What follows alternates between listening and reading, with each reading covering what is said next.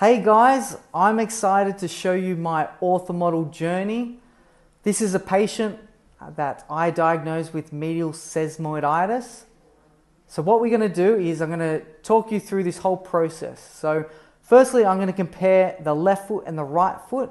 I scanned both her feet, but I'll be using one of her foot to make the orthotics. The reason for this is I'm going to duplicate the orthotic and that's going to encourage that symmetry because her feet behave quite symmetrically. What you can notice, the left and the right are a little bit different. There's no structural deformity. I like to plantar flex the first ray onto the scan, and you can see with her left foot, that big toe is adducted, and I don't like that. That's not going to be helpful for us or for me making the orthotics. So I've chosen the right foot. What you can see, what I'm doing here is I'm just cleaning out all the other, like my hand, all the noise that's in this scan that I don't need. What you can notice is you see these white sort of shadows. That means that there's been pressure on the scan. So it's very important to have the three reference points, the calcaneus, the first and the fifth metatarsal phalangeal joint pressed up on the scan. I just like to plantar flex the first ray and push down the big toe just a little bit more. I've chosen, as I said, I've chosen the right scan because it looks a little bit better. Plus, the right foot is the more symptomatic foot, and that's why I'm making the orthotic with this foot. If her feet was asymmetrical, or they behaved a lot differently, asymmetry gait, then I would make orthotic or do an OrthoModel for both feet. So what we got here, we put in the reference points, and this is why it's important when we push on the scan to get those little shadows. It tells me that there's pressure on all 3 points, and the scanner can read that the forefoot and the rear foot, there's a good relationship there. Just makes things a lot easier. One of the reference points is the medial longitudinal arch. I like to find the middle part, cross-section of the medial longitudinal arch, and then I just set my reference point just posterior to that. Basically where that talonavicular joint is, I want the orthotic to really support right under that navicular. Now, I've cheated. This is my second pair of orthotics with this patient. The last pair of orthotics helped her, but didn't eradicate all the inflammation or didn't get her to a point that I was satisfied. I was able to increase her support by adding rear foot and forefoot varus wedges, which lifts the orthotic up onto the arch a little bit more. Therefore, I'm making her some different orthotics that just are a little bit more supportive. So this is going to be a lot easier process for me because obviously with all the background information and the tests that I've done. So as you can see here, I'm setting a arch limit height. This is just specific for this program, which is an OrthoModel Pro 2016. I just find when you set an arch limit and you exceed it, the orthotic looks a lot smoother and just overall just a lot better for some reason. So that's just why I'm doing that. I knew that this orthotic was going to be a high arch orthotic, which is, between 28 to 32 is quite high. So I set my arch limit at 30 millimeters.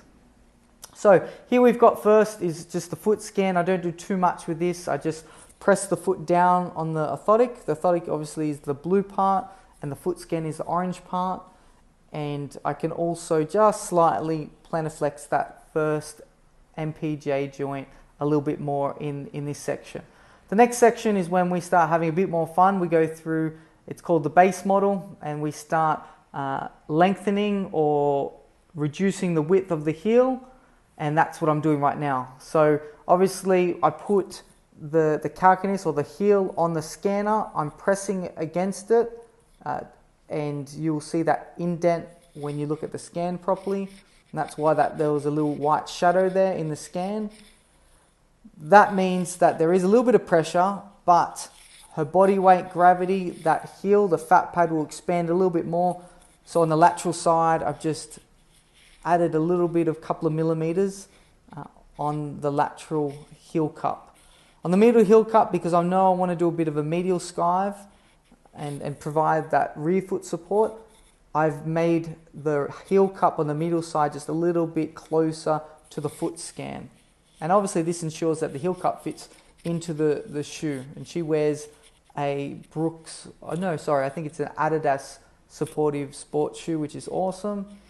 Here I am, if this patient has a lot of talonavicular bulging, or that, let's say there's a flat foot that bulges down, that midfoot pronation, then I can do a medial flange here and just widen the medial arch there. So this is that process. I'm able to increase the forefoot width. For this patient, I know she gets high amounts of angular force on that medial sesamoid. She immediately propels off.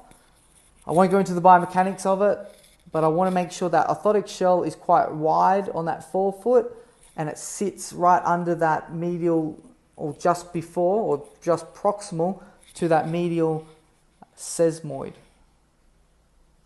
All right. So here I am just looking at it, making sure I'm quite happy with it. Cool. So the next step is going to be quite important. This is where we really customize the orthotic, and you're going to see a transverse cut of the foot at the heel, the space between the heel and the arch, and then obviously the arch and the forefoot. Before we do that, we apply this foam effect, and that just sticks the orthotic and the scan closer together. It just makes it a lot more realistic, I suppose, is the best way to put it. It puts it all together and allows me to edit the orthotic a lot easier. So we're just waiting for that to load up. I really enjoy orthomodeling my orthotics. It's definitely been a long process to learning how to do it, and I suppose every program is a little bit different. But this one, I feel, allows me to have some good in-depth control of where the orthotic sits on the foot.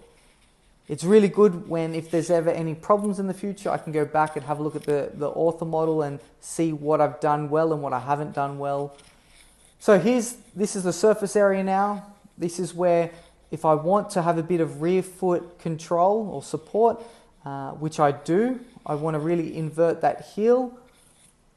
So I can see here on the medial side that I'm bringing the orthotic curvature really close to the scan, even pushing through the scan, so that calcaneus inverts. And you can see on the lateral side, there's a bit of space between the orthotic and the foot contours. That just means that when that foot inverts, there is a bit of space for the splaying and obviously the movement there, or not really the movement, but it allows the inversion of the calcaneus.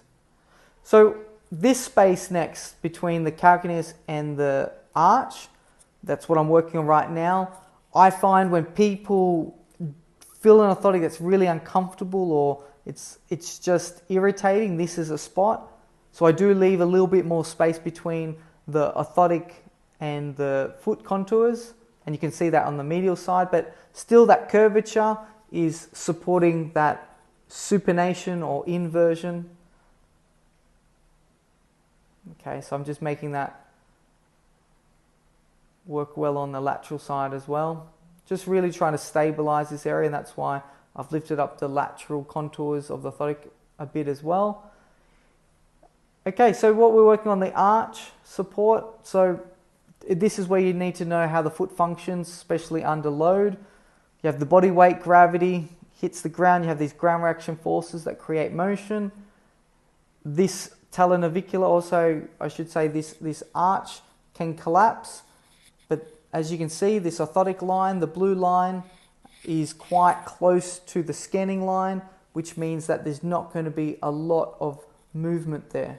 The good thing about having a polypropylene orthotic, when there is force applied, there is a tiny bit of flex there as well. So there will be a bit of give, but I generally like to have the orthotic really close to the contours of the foot, and that creates a lot of stability there. So I would see this as quite a supportive device.